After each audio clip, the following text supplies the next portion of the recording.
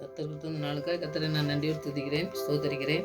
இன்றைக்கு மீகா தீர்க்கதரிசி அவர் எவ்வளோ தைரியமாக ராஜாக்கள் வாழ்ந்த காலத்தில் தீர்க்கதரிசின்னு சொல்லணும்னா ரொம்ப கஷ்டம். அதுவும் எதிராக தான் தீர்க்கதரிசனம். அவங்க பூரா சொன்னது கேட்காம ஆண்டவருக்கு விரோதமாக செய்யும்பொழுது தான் ஆண்டவர் தீர்க்கதரிசிகளை கொடுத்து எச்சரிப்பு கொடுத்தாரு. அந்த வசனங்களை சொல்கிறதுக்கு நிறைய பேர் தயங்கி இருந்தவங்களும் இருந்தாங்க, நம்ம வாசித்தோம். ஆனால் இவரும் ஆமோஸும் ரொம்ப தைரியமாக ராஜாக்கள் முன்பாக நின்னாங்கன்னு சொல்லி நம்ம பார்ப்போம். இவர் ஒரு தீர்க்கதரிசியாக அழைக்கப்படும் பொழுது எப்படி இருந்திருப்பாருன்னு சொல்லி பாருங்கள். நம்முடைய வாழ்க்கையிலையும் நம்ம ஆண்டவருக்கு விரோதமாக யாருக்கு விரோதமாக அவங்க தப்பு செய்யும்போது நம்ம சொல்லணும் அப்படிங்கும்போது அது சொல்கிறதுக்கு தைரியமாக இருக்கா அப்படிங்கிறது நமக்கு கேள்விக்குறி தான். ஆனால் இவங்களெல்லாம் பார்க்கும்போது நம்ம எவ்வளோ தைரியமாக ஆண்டவருடைய வார்த்தையை சொல்லியிருக்காங்கன்னு சொல்லி நம்ம தியானிக்கும். நம்மளுக்கும் அந்த தைரியத்தை ஆண்டவர் கொடுக்கணும். ஏன்னா மற்றவங்கள அவங்க தவறு செய்யும்பொழுது அவங்கள சுட்டி காட்டணுங்கிறது ஆண்டவர் சொன்னது தான். ஆண்டவர் சொன்னதை நம்ம செய்யணும். அதுக்கு நமக்கு ஆவியானவர் நமக்கு உதவி செய்யும்பொழுது அதை செய்கிறதுக்கு நம்மளும் அந்த காரியத்தை செய்யலாம். அப்படி இந்த நாட்டில் அப்படி மீகா தீர்க்கதரிசி என்ன செய்தி கொடுத்தாருங்கிறத நம்ம தியானிப்போம். ஆண்டவர் பெரிய காரியங்களை செய்வோம், ஜெயிப்போம். நல்ல தகப்பனே நன்றி செலுத்துகிற சுவாமி.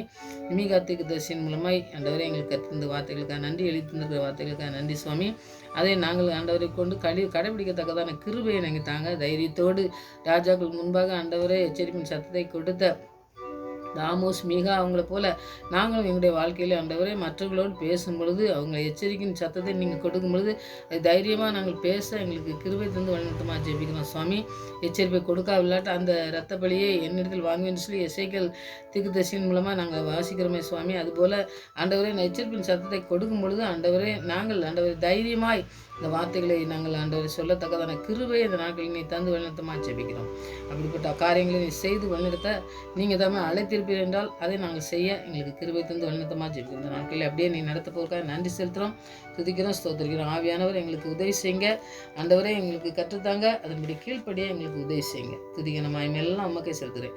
இயேசு ரட்சகர் நாமத்தில் ஜெபங்கள் நல்ல பிதாவே, ஆமென். ஒரு பாடல் பாடி அந்த வசனத்துக்கு கலந்துச்சு.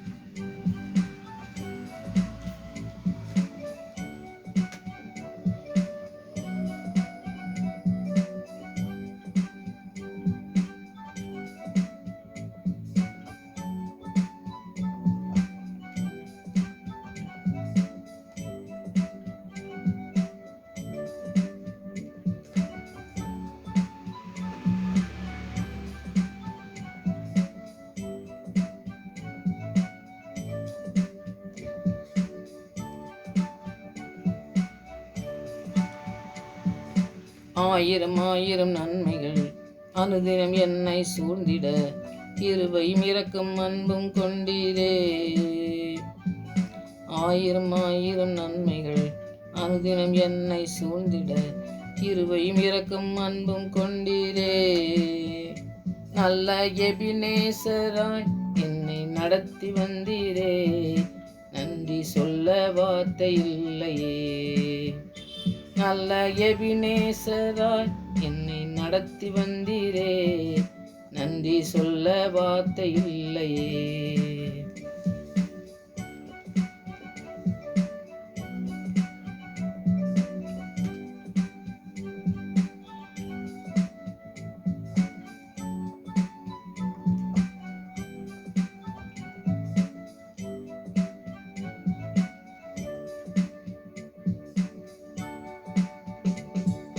காலை மாலை எல்லா வேளையிலும் என்னை நடத்தும் கரங்கள் நான் கண்டே.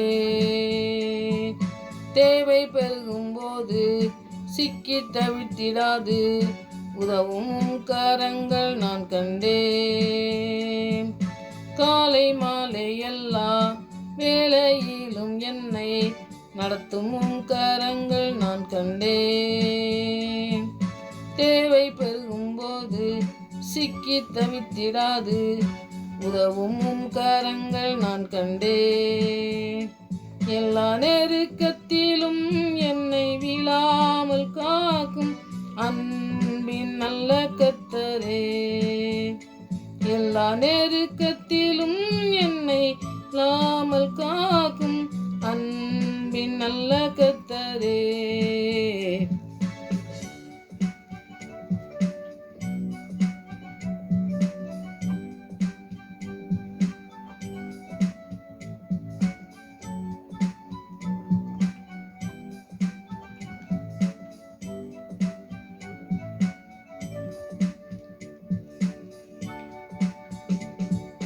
மரண பள்ளத்தாக்கில் நான் நடந்த வேளையில் நீக்கும் கரங்கள் நான் கண்டேன். பாடி நின்ற வேளை மடிந்திடாமல் என்னை தாங்கும் கரங்கள் நான் கண்டேன். மரண பள்ளத்தாக்கில் நான் நடந்த வேளையில் நீக்கும் கரங்கள் நான் கண்டேன். வாடி நின்ற வேளை மடிந்திடாமல் என்னை தாங்கும் கரங்கள் நான் கண்டேன். எந்தன் மாறாவின் வாழ்வை மதுரமாய் மாற்றும் அன்பின் நல்ல கர்த்தரே. எந்தன் மாறாவின் வாழ்வை மதுரமாய் மாற்றும் அன்பின் நல்ல கர்த்தரே. ஆயிரம் ஆயிரம் நன்மைகள் அனுதினம் என்னை சூழ்ந்திட கிருபையும் இரக்கம் அன்பும் கொண்டீரே. ஆயிரம் ஆயிரம் நன்மைகள் அனுதினம் என்னை சூழ்ந்திட கிருபையும் இரக்கம் அன்பும் கொண்டீரே. நல்ல எபினேசராய் என்னை நடத்தி வந்தீரே. நன்றி சொல்ல வார்த்தை இல்லையே. நல்ல எபினேசராய் என்னை நடத்தி வந்தீரே. நன்றி சொல்ல வார்த்தை இல்லையே. நன்றி சொல்ல வார்த்தை இல்லையே.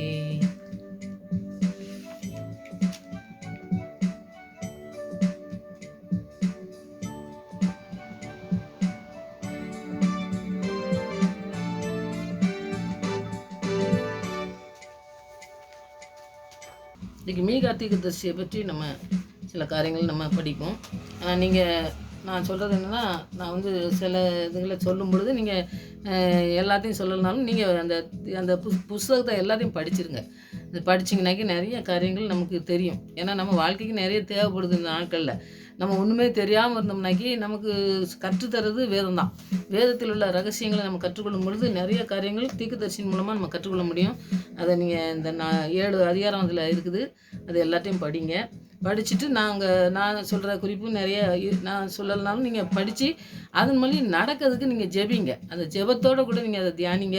அந்த பெரிய காரியங்களே செய்வார். இன்றைக்கு நம்மளோட கூட பேச நம்ம ஜெபத்தோடு கூட இருப்போம். இவர் வந்து ஒரு இந்த மொரேர சார்ந்த இந்த ஒரு கிராமத்தில் தான் அவர் வந்து இந்த ஆமோஸ் அந்த ஊரில் தான், அந்த பக்கத்தில் தான் அவர் வந்து ஒரு கிராமத்தில் வளர்ந்துருக்கிறாரு. அவர் வந்து எருசலேம்லேருந்து ஒரு சுமார் 25 கிலோமீட்டரு தென்மேற்கில் இருந்திருக்கு இந்த ஊர், இந்த கிராமம். அதில் வந்து எதுக்கும் பயப்படாதபடி ஒரு மனுஷனை தேர்ந்தெடுத்துருக்கிறாருன்னா பாருங்கள். ஆண்டவர் வந்து தீர்க்கதரிசிகளை தேர்ந்தெடுக்கும் பொழுது, ஆமோஸை தேர்ந்தெடுக்கும் பொழுதும் அவர் சொல்வார், நான் தீர்க்கதரிசி பையன் இல்லை, நான் என்ன ஆடு மேய்ச்சிருந்தேன், என்னை கூப்பிட்டாரு, நான் வந்தேன் அப்படின்னு சொல்லி தைரியமாக சொன்னார் பாருங்க. அதே போல் இவரை பற்றிய குறிப்பு இல்லைனாலும் அவர் ஊரில் இருந்தவர், அவரே மாதிரி தைரியமாக இருந்தாருன்னு சொல்லி நம்ம விளக்கங்கள்லாம் நம்ம பார்க்கலாம். இவர் வந்து இந்த நகரத்துக்கு அனுப்பப்படும்போது எருசலேமுக்கும் சமாரியா அந்த 2 நகரத்துக்கும் தீர்க்கதரிசனமாக சொன்னார். மற்ற காரியங்கள் நிறைய அவங்க தவறு செஞ்சதை சுட்டி காட்டக்கூடிய காரியங்களை செஞ்சார். முதலாவது பார்த்திங்கன்னா யாக்கோபு செஞ்ச அந்த காரியத்துக்கெல்லாம் நிறைய அவர் வந்து விளக்கம் கொடுக்குறத நீங்கள் பார்க்கலாம். இவர் வந்து அந்த முதல்ல அதிகாரத்தில் நீங்கள் படித்து பார்த்தீங்கன்னாக்கி இவர் எந்த காலத்தில் இவர் தீர்க்கதரிசனம் சொன்னார்னாக்கி, இவர் வந்து யோதாம் காலத்தில் தீர்க்கதரிசனம் சொல்லியிருக்காரு. ஆகாசுங்கிற ஒரு ராஜா காலத்தில், அப்புறம் எசேக்கியா காலத்துலேயும் வந்து அவர் வந்து தீர்க்கதரிசனம் சொன்னாருன்னு சொல்லி பார்ப்போம். இந்த 3 ராஜாக்களுக்கும் தீர்க்கதரிசனம் சொல்லி அவங்கள நடத்தி வந்தார் அப்படிங்கிறத நம்ம முதலாவது தியானித்து நம்ம அவருடைய குறிப்பை நம்ம பார்த்துக்கிடுவோம். அவர் வந்து தீர்க்கதரிசனம் சொன்னது ராஜாக்கள் காலத்தில்னாலும் மக்களுக்கும் வந்து நிறைய காரியங்களை சொல்லியிருக்காரு. அப்புறம் ஆண்டவருடைய பிறப்பை குறிப்பாக சொல்லியிருக்காரு, இரண்டாம் வருகையை பற்றி சொல்லியிருக்காரு. அப்புறம் ஆசாரியா அவங்கெல்லாம் மற்ற மக்கள் பொதுவாக எப்படி இருப்பாங்க அப்படிங்கிறத பற்றியும் சொல்லியிருக்காரு. குறிப்பாக ஆண்டவருடைய பிறப்பை பற்றி நம்ம முதலாவது நம்ம தியானிக்கணும். அதை தியானிச்சுட்டு நம்ம பார்க்கலாம். அடுத்தது வந்து பார்த்திங்கன்னா முதலாவது அவருடைய என்ன காலத்தில் இருக்காங்கன்னு சொல்லி நம்ம பார்த்துட்டு ஆண்டவருடைய வசனத்தை தியானித்தோம்னாக்கி இன்னும் அதிகமாக நம்ம கற்றுக்கொள்ளலாம். அப்படிங்கிறதுனால 3வது அதிகாரத்தில் நீங்கள் பார்த்தீங்கன்னா 11, 12 நீங்கள் படித்து பார்த்தீங்கன்னாக்கி 3வது அதிகாரம் மீகா 3வது அதிகாரத்தை நீங்கள் படித்து பார்த்தீங்கன்னா நீங்கள் அந்த வசனத்தை தியானிங்க. வசனத்தை படிக்கும்பொழுது தான் நிறைய கற்றுக்கொள்ள முடியும். 11, 12 அதன் தலைவர்கள் பரிதானத்துக்கு நியாயம் தீர்க்கிறார்கள், அதன் ஆசாரியர்கள் கூலிக்கு உபதேசிக்கிறார்கள், அதன் தீர்க்கதரிசிகள் பணத்துக்கு குறி சொல்கிறார்கள். ஆகிலும் அவர்கள் கர்த்தரை சார்ந்து கொண்டு கர்த்தர் எங்கள் நடுவில் இல்லையோ, தீங்கு எங்கள் மேல் வராது என்கிறார்கள். ஆகையால் உங்கள் நிமித்தம் சீயோன் வயல் வெளியாக போல உளப்பட்டு எருசலேம் மண் மேடாய் போகும், ஆலயத்தின் பர்வதம் காட்டு மேடுகளாய் போகும்னு சொல்லி தீர்க்க தரிசனமாக சொல்லி, தீர்க்க தரிசனம் நீங்கள் படித்தோடனே தெரியும். நிறைய வேதத்தை நீங்கள் தியானிக்கிறவங்களா இருந்தால் பாருங்கள், எவ்வளோ பெரிய ஒரு தண்டனை அவர் தீர்க்க தரிசனமாக சொல்லும் பொழுது அந்த கேட்குறவங்க எல்லாம் நினச்சோம்னா ஆண்டவர் தான் எங்கள் கூட இருக்கார். நாங்கள் வாழுத காலத்தில் நாங்கள் இருக்கிறோம், எங்கள் வாழ்க்கையில் நாங்கள் செய்கிறோம், இது எப்படி தவறாக இருக்கும்? இதுதான் தவறே கிடையாது, ஆண்டவர் எங்களோட கூட இருக்கிறாரு அப்படின்னு சொல்லி சொல்கிறது. ஆசாரியன், தீர்க்கதரிசி, பிறகு மற்ற தலைவர்களை பற்றி மூன்று பேரை பற்றி ஆண்டவர் சொல்கிறத நீங்கள் பார்க்கலாம். மீகா காலத்தில் வாழ்ந்த மக்கள்லாம் 3 வகையான பிரிவுக்கு அந்த காரியத்தை நம்ம முதல்ல தியானிப்போம். தலைவர்கள் வந்து லஞ்சம் வாங்கி அவங்க நீதியை புரட்டுதாங்களாம். அப்போ இது ரொம்ப முக்கியமானது. லஞ்சம் வாங்கிட்டோம்னாலே என்ன செய்வாங்க, அவங்களுக்கு ஏற்ற மாதிரி பேசுகிற காரியங்களை செய்வாங்க. அது ஆண்டவருக்கு பிரியம் இல்லாது. அதை இவர் சுட்டி காட்டுறாரு. 2வது பார்த்திங்கன்னா ஆசாரியர்கள் கூலிக்கு ஏற்ப உபதேசிக்கிறார்கள். இப்போ கூலியை வாங்கிட்டு சிலர் பார்த்திங்கனாக்கி ஊழியங்கும்போது பார்த்திங்கனாக்கி ஆண்டவர் ஆசாரியர்களாகலாம், ஊழியர்களாகலாம், அவங்கெல்லாம் பார்த்திங்கனாக்கி அவங்களுக்கு ஆண்டவருடைய ஆசீர்வாதம் தான் அவங்களுக்கு நமக்கு தேவை அப்படிங்கிறத சொல்லி தான் நம்ம வசனத்தை நமக்கு கற்றுத்தராரு. அதை நம்ம மற்றவங்களுக்கு கற்றுக் கொடுக்கணுங்கிறது தான் ஆண்டவர் சுவிசேஷத்தை சொல்கிறதுக்கு. அது காசு வாங்கிட்டு அவங்க சொல்லிக் கொடுக்காங்க அப்படின்னு சொல்லி சொல்கிறாரு. அது ரொம்ப நம்ம படிக்கும்போதே ஒரு பெரிய பயம் வருது பார்த்திங்களா. காசை வாங்கிட்டு நம்ம ஆண்டவருடைய வசனத்தை வார்த்தைகளை சொல்லக்கூடாது. ஏன்னா நான் இலவசமாக தரேன், நீ இலவசமாக கொடு. ஆனால் கொடுக்கும் பொழுது நான் அதற்கேற்ற பலனை நான் உனக்கு தருவேன், உனக்கு ஆசீர்வதிப்பேன். ஆனால் நீ எதுக்கு என்னுடைய வசனத்தை விற்கக்கூடாதுன்னு சொல்லி ஆண்டவர் சொல்கிறத நீங்கள் பார்க்கலாம். அதனால் வார்த்தைகள் ரொம்ப முக்கியமானதுங்க, இந்த நாட்களில் நமக்கு தேவை. அதனால் இப்போ ஆசிரியர்கள் அப்படி இருக்காங்க. தீர்க்கதரிசியை பணத்துக்கு குறி சொல்கிறாங்க. தீர்க்கதரிசின்னு சொல்லிட்டு நான் உனக்கு முன்னாடியே நடக்கிறதெல்லாம் சொல்லுவேன், நீ எனக்கு காணிக்க கொடுன்னு சொல்லி சொல்கிறாங்க. அப்படிங்கிறத 3மே அவர் ரொம்ப எச்சரிப்பாக சத்தத்தை கொடுக்கும் பொழுது அவங்க பதில் என்ன சொல்கிறாங்க பாருங்கள். ஆண்டவர் எங்கள் கூட இருக்கார, எங்களை சார்ந்து இல்லையோ, நீ என்ன இப்படி சொல்கிற அப்படின்னு சொல்லி அவங்க சொல்கிறத பார்க்கும். அப்போது எச்சரிப்பின் சத்தத்துக்கு கீழ்ப்படியக்கூடிய காரியங்கள் இவங்க செய்யவே இல்லைன்ட்டு நம்ம பார்க்கும். ஆனால் தீர்க்கதரிசி அவளை கண்டிக்கும் போது கர்த்தர் எங்கள் நடுவில் இல்லையான்னு சொல்லி சொல்லும் பொழுது அவர் சொல்கிறாரு, இந்த இடம் நாசம், இது அழிஞ்சு போவோம், அழிச்சிருவாரு ஆண்டவர் சொல்லியிருக்கிறாரு. அப்படிங்கிறத பயம் இல்லாமல் தைரியமாக நம்ம இன்றைக்கு சொல்லுவோமா அப்படிங்கிறது ஒரு ரொம்ப முக்கியமானது. நம்ம மற்றவங்களுக்கு நடக்க போகிறது நம்ம சொல்லணுங்கும்போது கொஞ்சம் தயங்குவோம் பார்த்திங்களா. அந்த மாதிரி தயங்காதபடி அவர் சொல்கிறாரு. எருசலேம் மண்மேடை போல ஆகும், வயல்வெளிலாம் உழப்பட்டு என்ன செய்யும், ஒரு பர்வதம்லாம் காட்டு மேடாகும்னு சொல்லி, ஒரு ஆலயத்தின் பர்வதம் கூட காட்டு மேடாகும்னு சொல்கிறாரு. இப்படிப்பட்ட ஒரு பெரிய காரியத்தை அவர் சொல்லும் பொழுது ஆலயம் இப்படி போயிருங்க, நாடு தேசங்கள் எல்லாமே இப்படி அழிஞ்சு போகிற மாதிரி ஒரு தீர்க்கதரிசனத்தை அந்த ஆள் சொல்கிறாரே அப்படின்னு சொல்லி சொல்லும் பொழுது அவங்க ஆண்டவர் வார்த்தைகள் பாருங்கள். ஆண்டவர் தேவன் பட்டயத்தை அந்த இந்த ஏரை பூட்டி செய்வார்னு சொல்லி சொல்லுவாங்க. அது உழுது அவர் அதை ஒன்றும் இல்லாமல் செய்வார் அப்படிங்கிறத அவர் தீர்க்க தரிசனமாக அவர் சொல்கிறத நீங்கள் பார்க்கலாம் இந்த விளக்கங்களில் பார்த்தீங்கன்னாக்கி.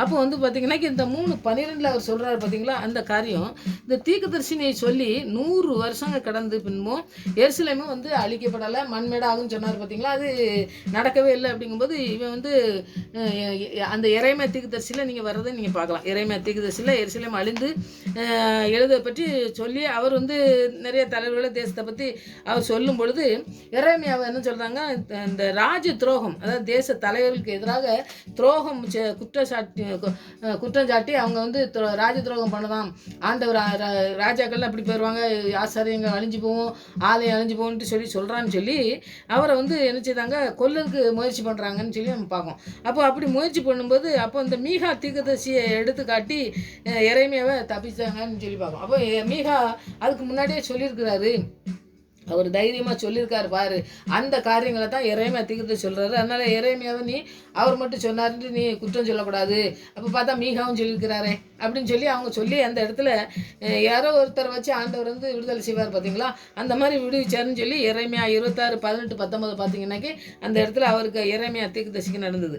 எரேமியா தீர்க்கதரிசி சொன்னதும் மீகா சொன்னதும் நிறைவேறினது அப்படிங்கிறத நம்ம பார்க்கலாம். அப்போ ஆண்டவர் கொடுத்த காரியத்தை வந்து ஆண்டவர் சொன்ன வார்த்தைகளை வந்து நிறைவேறதுக்கு கொஞ்சம் நாள் படலாம், ஆனால் வந்து ஆண்டவர் அந்த காரியத்தை செய்து முடிக்கிறாருன்னு சொல்லி பார்க்கும். அப்போ அந்த அதே மாதிரி ஆச்சு அப்படின்னு சொல்லி ஆனதுன்னு சொல்லி நம்ம பார்க்கும்.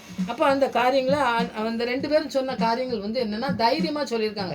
சொன்னது மாத்திரமல்ல, அவங்களுக்கு எதிராக சொல்லும் பொழுது அவங்கெல்லாம் என்ன செய்கிறாங்க, ஆண்டவர் என் கூட இருக்காங்கன்னு தைரியமாக, அதாவது நான் சொல்கிற மாதிரி சிலர் எச்சரிப்பு கொடுக்கும்போது பயப்படுவாங்க, சிலர் எச்சரிப்பு சத்தம் கொடுக்கும்பொழுது கூட இது என்ன நம்ம ஆண்டவர் நம்ம காணிக்க கொடுக்கும், நம்ம அப்படி இருக்கோம் இப்படி இருக்கோம், நம்ம வாழ்க்கையில் ஆண்டவருக்கு எல்லாத்தையும் நம்ம செய்கிறோமே, அப்போ நம்மளை எனக்கு நியாயம் இருக்க போகிறாரு அப்படின்னு சொல்லி சில காரியங்களில் ஆண்டவருக்கு விரோதமான காரியங்கள் செஞ்சாலும் அவங்க சொன்னாலும் கூட கேட்க மாட்டாங்க. அப்படி சிலர் இருக்காங்க. அதெல்லாம் நம்ம வந்து அதில் நிறைய காரியங்கள் நம்ம செய்யணும்னு அவசியம் இல்லை, நம்ம சொல்ல வேண்டியதை மாத்திரம் சொல்லணும். இப்போ இவங்க 2 பேரும் சொன்னாங்க, என்னை கொல்ல கூட முயற்சி பண்ணாங்க, ஆனால் அந்த இடத்துல ஆண்டவர் இந்த மீகா சொன்ன காரியத்தை வச்சு அவரை தப்பிச்சார். ஆனால் 2 பேரும் சொன்ன காரியங்கள் வந்து நிறைவேறிச்சு அப்படிங்கிறத நம்ம பார்ப்போம். அப்போ யார் வந்து பாருங்கள் தீர்க்கதரிசனம் சொன்ன வார்த்தைகள் நிறைவேறுது, இவங்க செய்கிற காரியங்கள் வந்து தவறான காரியங்கள். அப்போ இந்த தவறான காரியங்கள் நம்முடைய வாழ்க்கையில் இருந்ததுனாக்கி அதை வந்து நம்ம செய்யக்கூடாது அப்படிங்கிறதுக்காண்டி தான் இந்த மாதிரி காரியங்கள் எல்லாம் ஆண்டவர் வந்து நமக்கு வேதத்தில் எழுதி இருக்கிறாரு. அதை நம்ம செய்யாமல் இருக்கணும், அதை நம்ம கடைபிடிக்கிறதுக்கு ஆண்டவர் நமக்கு உதவி செய்ய இந்த மாதிரி தீர்க்கதரிசிகள் புஸ்தகங்களை நிறைய நம்ம படிக்கணும். நமக்கு பெரிய காரியங்களை நமக்கு ஆண்டவர் கற்றுத்தரக்கூடிய வார்த்தைகள் தான். அதை நம்ம தியானிக்கும் பொழுது ஆண்டவருடைய ஆவியானவரை பெற்றுக்கொண்டு நம்ம தியானிக்கும் பொழுது ஆண்டவர் இன்னும் அதிகமாக நமக்கு கற்றுத்தருவார். அதை நம்ம தியானிக்கணும். 2வது நான் எடுத்துருக்கிறதுனா 5 மீகா 5வது அதிகாரத்தில் 2வது வசனம், ஆண்டவர் பிறப்பை பற்றி அவர் வந்து அறிவிச்சிருக்காரு. ஏசாயா தீர்க்கதரிசி சொல்வார் பார்த்தீங்களா, ஒரு கண்ணின் வயிற்றில் பிறப்பாருன்னு சொல்லி, அந்த மாதிரி இவர் வந்து அந்த பெத்லகேமை பற்றி சொல்வார். நீங்கள் எந்த ஊர்லேருந்து பிறப்பார் அப்படிங்கிறத பற்றி ஆண்டவர் சொல்கிறத நீங்கள் பார்க்கலாம். 5வது அதிகாரத்தில் 2வது எப்ராத்தா எனப்பட்ட பெத்லகேமே, நீ யூதாவில் உள்ள ஆயிரங்களுக்குள்ளே சிறியதாக இருந்தும் இஸ்ரவேலை ஆளப் போகிறவர் உன்னிடத்திலிருந்து புறப்பட்டு என்னிடத்தில் வருவார், அவருடைய புறப்படுதல் அநாதி நாட்களாய் பூர்வத்தின் உடையது அப்படின்னு சொல்லி நம்ம பார்க்கோம். அப்போ நீ வந்து அந்த சிறிய நகரமாக இருக்குது, அதில் பிறப்பார், ஆளப்போகிறவர் அங்கே பிறப்பாருன்னு சொல்லி அவர் சொல்கிறத நீங்கள் பார்த்தீங்கன்னா, இப்பட்டினம் வந்து எருசலேம்லேருந்து தெற்க 9 கிலோமீட்டருக்கு தொலைவில் இருக்குதுன்னு சொல்லி நம்ம பார்க்கோம். செழிப்பான அந்த சின்ன ஊராக இருந்தாலும் அது செழிப்பாக இருந்தது. எப்பிராத்தான்னு சொன்னோம்னாக்கி அந்த பெயருக்கும் அந்த மாதிரி ஒரு 2 பெயர் இருக்குதுன்னு சொல்லி நம்ம பார்க்கோம். இந்த ஆதியாகமம் 35:19 நீங்கள் அந்த அதே ஊர் பேரை நீங்கள் பார்க்கலாம். ராகேலுங்கவா அந்த இடத்துல தான் மரித்து அவங்க அடக்கம் பண்ணப்பட்டான்னு சொல்லி நம்ம பார்க்கோம். அடுத்தது லூக்கா 2:5 தாவீது ஊர் என்று அழைக்கப்பட்டதாக சொல்லுது. அது வந்து இயேசுவின் வளர்ப்பு தகப்பனாகவும் மரியாளும் அவங்க வந்து அந்த இடத்துக்கு போனாங்க அப்படிங்கிறத நம்ம பார்க்கலாம். அப்போ அந்த இடத்துக்கு போய் தான் அவர் வந்து எந்த இடத்துல பிறப்பார் அப்படிங்கிற தீர்க்க தரிசனம் நிறைவேறுதுன்னு நம்ம பார்க்கோம். இந்த எப்பிராத்தா இந்த செழிப்பான இடம்னு சொல்லி அந்த பேருக்கே வந்து அர்த்தம்னு சொல்லி நம்ம பார்க்கோம். பெத்லகேம்னா உங்களுக்கு தெரியும், அப்பத்தின் வீடு. தாவீதுன்னா அவர் அரச குலத்திலேருந்து வந்தார்ல, அதை நினைவு கூறுறதுக்காண்டி அவர் தாவீதின் ஊருன்னு சொல்லி அந்த இடத்த பேரை வச்சுருக்காங்கன்னு சொல்லி பார்ப்போம். அப்போ இயேசுவின் பிறப்பை பற்றி இவர் வந்து ஆண்டவருடைய திட்டத்தின்படி பெத்லகேமில் தான் பிறப்பாருன்னு சொல்லி அவர் மீகா தீர்க்கதரிசி உறுதியாக சொன்னார். ஏன்னா அந்த இடத்துல தான் அவர் பிறப்பார். ஏன்னா எத்தனையோ இடத்துக்கு அவங்க அங்கங்கே தாண்டி எல்லா பக்கம் போனாலும் அவர் பிறக்க போகிறது எந்த ஊர் அப்படிங்கிறத அவர் திட்டமாக சொன்னதை தீர்க்கதரிசியாக இவர் இந்த பிறப்பை பற்றி சொன்னார்னு சொல்லி பார்க்கும். பெத்லகேமில் காத்திருந்த அந்த ஆண்டவர் பிறப்பார் அப்படின்னு சொல்லி சொன்னோன்னே அவங்க எல்லாம் பார்த்திங்கன்னாக்கி நிறைய அவங்க நிறைவேறுதல் காத்திருந்த போது பெத்லகேமில் வந்து வெறும் அப்பத்தின் வீடு இல்லை, அது வந்து ஒரு ஆண்டவர் பிறந்ததுனால அந்த ஊருக்கே ஒரு பெருமையை சேர்க்கக்கூடிய ஒரு காரியம் நடக்குதுன்னு சொல்லி அதை தான் இந்த இடத்துல ரொம்ப அருமையாக அவர் வந்து சொல்லியிருக்காரு, தீர்க்க தரிசனமாக சொல்லியிருக்கிறாருன்னு நம்ம பார்க்குறோம். அப்பத்தின் வீடல்ல வானத்தின் அப்பத்தின் வீடுன்னு சொல்லி மாற்றப்பட்டு அந்த நாட்களில் வந்து பார்த்திங்கன்னாக்கி அவன் முதல் ஒரு அந்த அந்த திட்டம் போட்டு ஆண்டருடைய எப்படி வானத்தின் அப்பன்னு சொல்லி ஆண்டருடைய வருகை, ஆண்டவர் பிறந்தது எப்படி நமக்கு ஒரு பெரிய காரியத்தை நம்ம கற்றுத்தருக்குன்னு சொல்லி அந்த மக்கள்லாம் ரொம்ப சந்தோஷப்பட்டாங்கன்னு சொல்லி இருக்கிறவரே இருக்கிறேன்னு சொல்லி என்றென்றைக்கும் இருக்கிறவராக இருக்காருன்னு சொல்லி நம்ம பார்க்க முடியல. அந்த மாதிரி அவர் எப்பவும் இங்கே தான் இருக்கிறாரு. வானத்தின் அப்பத்தின் உண்டோ வந்து ஆண்டவர் மரித்தாலும் அப்பத்தின் நம்ம சாப்பிடும்போது மரித்தாலும் பிழைப்பான்னு சொல்லி அந்த அப்பத்தை எப்படி தந்தார் நமக்காண்டி சரீரத்தை தந்து நம்ம சிலுவையில் சரீரத்தை தந்து உயிர் தெழுந்த தேவனாய் இருந்து நமக்கு அந்த அப்பதை நமக்கு நம்ம இந்த நற்கண்ணை நம்ம பெருந்தோம் பார்த்தீங்களா, திருவிருந்து ஆராதனையில் திருவிருந்து பெருந்தோம் பார்த்தீங்களா, அந்த காரியத்தை இங்கே கற்றுக் கொடுக்குறாரு.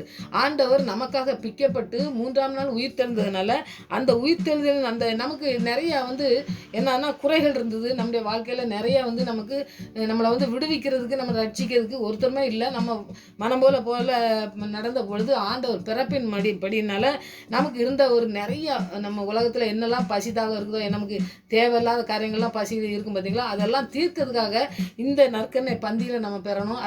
அது ரொம்ப முக்கியமாக இங்கே எழுதப்பட்டிருக்குது. அதனால் நம்ம பங்கடையும் போது அவருக்கு சித்தத்துக்கு நம்ம சரீரத்தை முழுவதுமாக அர்ப்பணித்து நம்ம ஜெபிக்கணும், நம்ம ஆண்டவருக்கு அர்ப்பணிக்கணும். அவர் நமக்காக சிந்தப்பட்ட இரத்தத்தை குறிக்குது. நம்ம பிறந்து மரித்து நமக்காக உயிர் தெழுந்த தேவனாக இருந்து நம்ம பசி தாகத்தை எல்லாம் தீர்க்கிறதுக்கு நமக்கு வந்திருக்கிறாரு அப்படிங்கிறத அந்த தீர்க்கதரிசியின் மூலமாக நம்ம படிக்கும் பொழுது நம்ம ஆண்டவருடைய சரீரம் நமக்காக பிக்கப்பட்ட சரீரத்துக்கு நம்முடைய சரீரத்தை முழுதுமாக அர்ப்பணித்து நம்ம ஜெபிக்கிற பிள்ளைங்களாக இருக்கும் பொழுது ஆண்டவர் பெரிய காரியங்களை நம்முடைய வாழ்க்கையில செய்வாருங்கிறதுல ரொம்ப நம்ம நம்பி இருக்கலாம். அதனால் நம்பிக்கையோடு ஆண்டவர் நமக்கு கொடுக்குற அந்த தீர்க்க தரிசன வார்த்தைகள் பிறப்பின் மாத்திரமல்ல, பிறப்பினால நமக்கு கிடைக்கக்கூடிய பெரிய ஸ்லாக்கியத்தை ஆண்டவர் நமக்கு கற்றுத்தருகிறத நம்ம பார்க்கலாம். அதனால் எந்த விதமான தாகமாக இருந்தாலும் சரி, நம்முடைய வாழ்க்கையில் இந்த உலக காரியங்களில் பணம், பதவி, மற்ற எந்த காரியங்கள் இருந்தாலும் சரி, அது ஆண்டவருக்கு முன்பாக ஒன்றுமே இல்லை. அதனால் முழுவதுமாக ஆண்டவருக்கு அர்ப்பணித்து ஜெபிக்கிற கூட்டங்களாக நாம் இருக்கணும். ஆண்டவருக்கு நம்ம ஊழியம் பண்ணுறவங்களா, ஆண்டவர் அழைக்கிற பிள்ளைங்களா, ஆண்டவர் இந்த மீகா தீர்க்கதரிசி எப்படி அழைச்சி நம்ம நடத்தினாருன்னு பாருங்கள். அப்படிப்பட்ட காரியங்களை செய்யும் பொழுது ஆண்டவருக்கு நம்ம முழுவதுமாக அர்ப்பணித்து ஜெபிக்கிற பிள்ளைங்களா இருக்கணுங்க தான் இந்த மீகா தீர்க்கதரிசியில் நம்ம படிக்கும். அடுத்தது பார்த்திங்கன்னா உன்னை கடைசியில் என்ன சொல்கிறாருன்னா நிறைய காரியங்கள் கற்றுக் கொடுக்குறாரு. பிறந்ததை முன்னாடி பார்த்திங்கன்னா நிறைய வந்து ராஜாக்களுக்கு மற்ற பொது மக்களுக்கெல்லாம் எல்லாத்தையும் அறிவுரை நிறையா எச்சரிப்பின் சத்தத்தை கொடுக்கறத நீங்கள் நிறைய பார்க்கலாம். ஆனால் கடைசியில் என்ன செய்யணுமா ஆசீர்வாதத்தோடு முடிக்கிறத இந்த மீகா தீர்க்கதரிசி சொல்கிறத நீங்கள் பார்க்கலாம். ஆனால் ஆண்டவருக்கு அர்ப்பணிக்கும் பொழுது நமக்கு எப்படி கிடைக்குங்கிறது தான் கடைசி நாட்களில் சொல்கிறத நீங்கள் பார்க்கலாம். மீகா தீர்க்கதரிசியில் 7வது அதிகாரத்தில் 11வது வசனத்துலேருந்து 20வது வசனம் வரைக்கும் நீங்கள் பார்த்தீங்கன்னாக்கி எப்படி ஆசீர்வாதத்தை பற்றி சொல்லிக்கிட்டே வராது. எவ்வளோ தவறு செஞ்சிருந்தாலும் எவ்வளோ தண்டனை கிடையாது, நான் உன்னை அதிசயங்களை காண செய்வேன்னு சொல்லி ஆண்டவர் சொல்கிறாரு. அப்போ தவறு செய்து தண்டனையை சுமந்து தெரிஞ்சுக்கிட்டு இருக்கும்போது மனம் திரும்பி வர்ற இஸ்ரவேலுக்கு எப்படிப்பட்ட உபத்திரவ காலமாக இருந்தாலும் அதை தாண்டி இந்த 1000 வருஷம் அரசாட்சிக்கு ஆண்டவர் கொண்டு போய் விடுறத நம்ம பார்ப்போம். அப்போ ஆண்டவர் அந்த நாட்களில் என்ன செய்வார் அப்படிங்கிறத கடைசி நாட்களில் நடக்கக்கூடிய காரியங்களை மீகா தீர்க்கதரிசி எழுதிச்சிருக்கிறாரு. ஒரு 4 காரியத்தை நீங்கள் சொல்கிறாரு. அவர் வந்து முதல்ல கூட்டி சேர்க்கப்பட்டிருக்கோம், கூட்டி சேர்ப்பார் நம்மளோட ஆண்டவரோடு கூட அப்படிங்கிறத முதலாவது பார்ப்போம். 2வது ஆசீர்வாதங்களை நமக்கு சொந்தமாக்குதாரு. ஆசீர்வாதம் ஆண்டவருடைய ஆபிரகாம் ஆசீர்வாதம் உனக்கு தான் அப்படின்னு சொல்கிறாருல, அந்த ஆசீர்வாதத்தை நமக்கு தர்றாராம். 3வது பார்த்திங்கன்னா அனைத்து நாடுகளிலும் நமக்கு எல்லா நாடை விட நம்ம உயர்ந்திருப்போம் அப்படிங்கிறத இஸ்ரேலில் சொல்கிறாருன்னு சொல்லி பார்ப்போம்.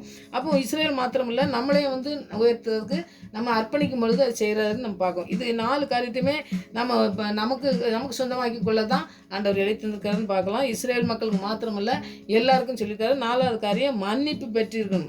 நமக்கு வந்து ஆண்டவர் நமக்கு மன்னிப்பை தரக்கூடிய ஆண்டவர். அதனால் மன்னிப்பை பெற்றுக்கொண்டு ஆசீர்வாதத்தை சுதந்திரிச்சுக்கொள்ளணும் இந்த 4 காரியமும்.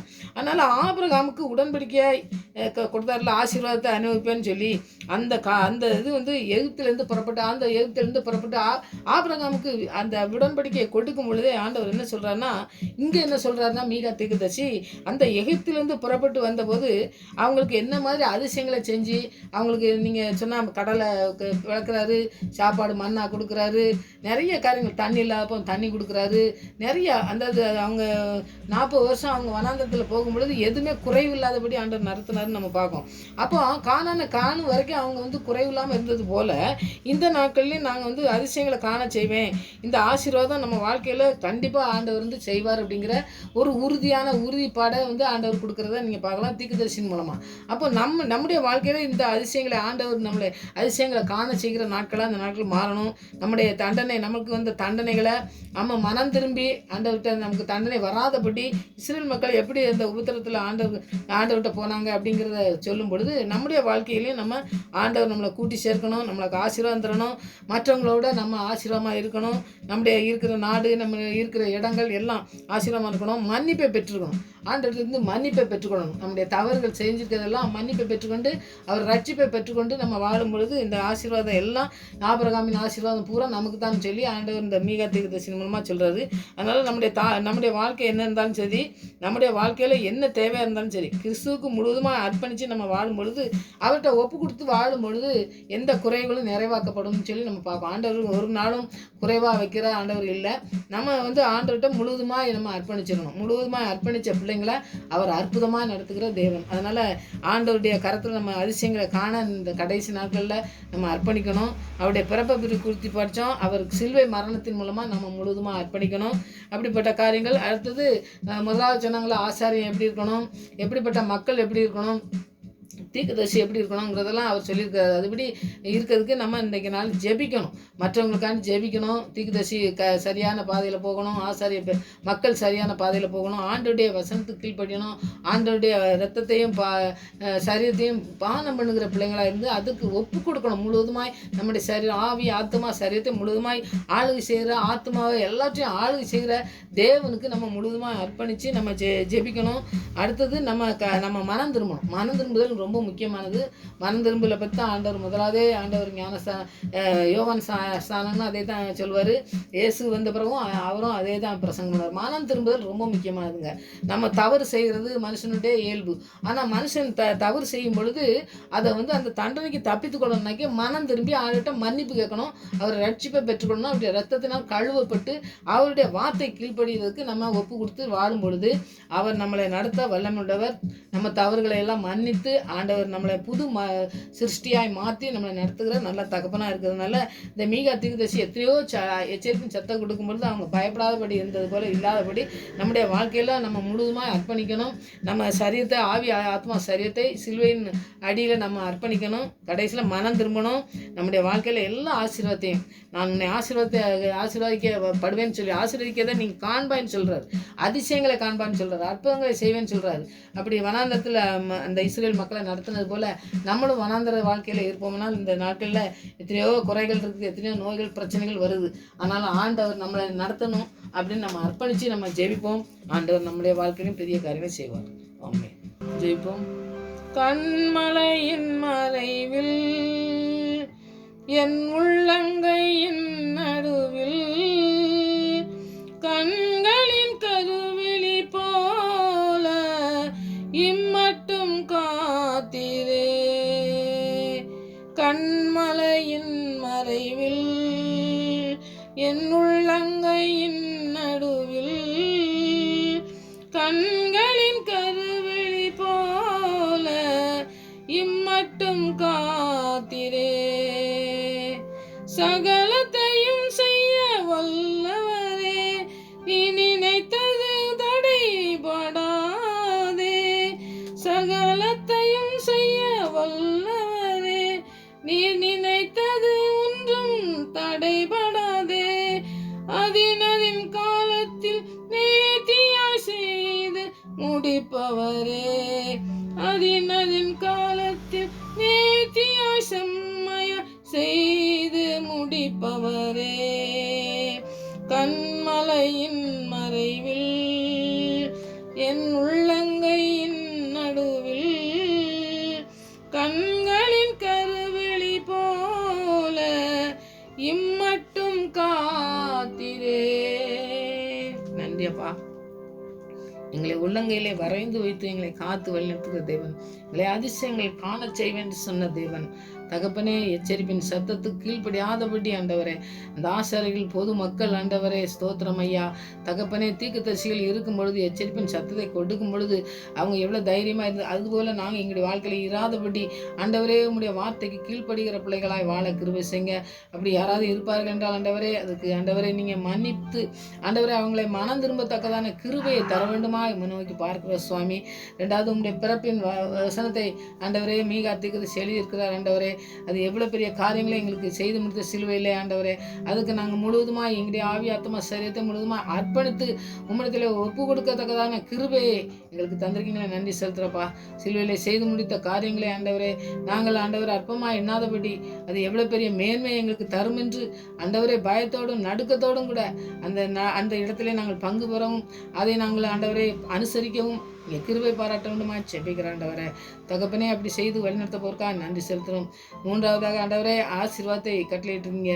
மனம் திரும்பி வரும்பொழுது எத்தனை பெரிய பாவியும் நீ தள்ளாதவராய் மனம் திரும்பி வருகிற ஒரு பாவி நிமித்தம் பரலோகத்திலே மிகுந்த சந்தோஷம் உண்டாயிருக்கும் என்று சொன்ன தேவன் ஆண்டவரே, நீங்கள் தேடி ஆண்டவரே நாங்கள் ஆண்டவரே வழி விலகி போகும் பொழுது எங்களை வழி இது என்று சொல்லி சத்தத்தை கேட்டு அதற்கு கீழ்ப்படியத்தக்கதான கிருபை எங்களுக்கு தந்து வழிநடத்துகிற தயவுக்காக நன்றி செலுத்துகிறப்பா. இப்படிப்பட்ட ஆசீர்வாதத்தை நாங்கள் பெற்றுக்கொள்ள தடையாக இருக்கிற எங்களுடைய வாழ்க்கையில் தடைகளை நீக்கி ஆண்டவரே சத்துரு வைத்திருக்கிற எல்லா திட்டங்களையும் நீக்கி அதன் காலத்திலே நேர்த்தியாய் செம்மையாக செய்து முடிக்கிற தேவனுடைய கருத்திலே அர்ப்பணிக்கிறோம் ஆண்டவரே. நீங்கள் எல்லாவற்றையும் எங்களுக்கு செய்து முடிக்க வேண்டுமா நோக்கி பார்க்கிறோம் சுவாமி. உம்முடைய வசனத்தை சொல்கிறபடி ஆண்டவரே நாங்கள் செயலாற்றி எங்களை முழுவதுமாய் உங்களுடைய கருத்திலே அர்ப்பணித்து உங்களுடைய பாதத்திலே அமர்ந்திருந்து உங்களுடைய வசனத்துக்கு கீழ்ப்படிந்து நாங்கள் ஆசீர்வாதத்தை சுதந்திரத்துக்குள்ள பிள்ளையாக காணப்பட தேவன் இந்த நாட்களில் எங்களை வழிநடத்தவனுமா ஜெபிக்கிறையா. ஒப்பு கொடுக்குற ஒவ்வொரு பிள்ளைகளுடைய வாழ்க்கையில் நீங்கள் இப்படிப்பட்ட அற்புதத்தை நீ செய்து வழிநடத்தவமா ஜெபிக்கிறோம். கடைசி நாட்களை வாழ்ந்து கொண்டு எங்களுக்கு ஆண்டவரை கிருபையை நீ தந்து வழிநடத்தமா ஜெபிக்கிறோம். சிலுவையிலே நாங்கள் ஆண்டவரை சிந்தப்பட்ட ரத்தத்துக்கு முதலிடம் கொடுக்கத்தக்கதாய் அந்த சரீரத்துக்கு முதலிடம் கொடுக்கத்தக்கதாய் தேவனுடைய ஆசீர்வாதத்தை சுதந்திரத்துக் கொள்கிற பிள்ளைகளாய் ஆண்டவரே தகப்பனே உமக்கு முழுவதுமாய் நாங்கள் அர்ப்பணிக்கத்தக்கதான கிருபையை தாரும். இந்த உலக இன்பங்கள் அல்ல, உலக ஆசீர்வாதங்கள் அல்ல ஆண்டவரே. தேவனுடைய ஆசீர்வாதத்தை சுதந்திரத்துக் கொள்கிற பிள்ளைகளாய் காணப்பட தேவன் இந்த நாட்களில் வைத்திருக்கிற நோக்கத்தை நிறைவேற்ற எங்களுடைய வாழ்க்கையில நீங்க என்ன நோக்கம் என்ன சித்தம் வச்சிருக்கீங்களோ அதை நிறைவேற்றத்தக்கதான கிருபையை தாருங்க என்று ஜெபிக்கிற பிள்ளைகளா இந்த நாட்களில் எச்சரிப்பின் சத்தத்துக்கு கீழ்ப்படுகிற பிள்ளைகளாக காணப்பட எங்களுடைய வாழ்க்கையில குறைகளை நிறைவாக்கி தர வேண்டுமா ஜெபிக்கிறார். ஆவியானவர் எங்களுக்கு கற்றுத்தாங்க, அதுக்கு கீழ்ப்படிய எங்களுக்கு உதவி செய்து வழிநடத்தணுமா ஜெபிக்கிறான் ஆண்டவரை. எங்களுடைய ஜெபத்துக்கெல்லாம் பதில் கொடுத்து எங்களை வழிநடத்துகிறதே நன்றி ஆண்டவரை. எங்களுக்கு எச்சரிப்பின் சத்தை கொடுத்து எழுத்திருந்த வேதத்துக்காக நன்றியோடு உண்மை துதிக்கிறோம், ஸ்தோத்திரிக்கிறோம் ஆண்டவரை. இன்னும் அதிகமாக எங்களை கற்றுத்தாரும், அதன்படி கீழ்ப்படியவும் அதுக்கு அந்த ஆசீர்வாதத்தை சுதந்திரத்துக்குள்ள பிள்ளைகளாக காணப்படும் தேவன் ஒவ்வொரு பிள்ளைகளையும் ஆசீர்வதித்து வழிநடத்தமா ஜெபிக்கிறோம். ஜெபத்துக்கு பதில் கொடுத்தபடியா நன்றி. மறுபடியும் மாவட்ட சமத்தில் வரும் வரை எங்களை காத்து வழிநடத்தமா ஜெபிக்கிறேன். துதிகரமாய் மேலாம் அமகை செலுத்துறேன். ஏசு லட்சம் நான் ஜெபங்களுக்கு நல்ல பிதாவே, ஆமென்.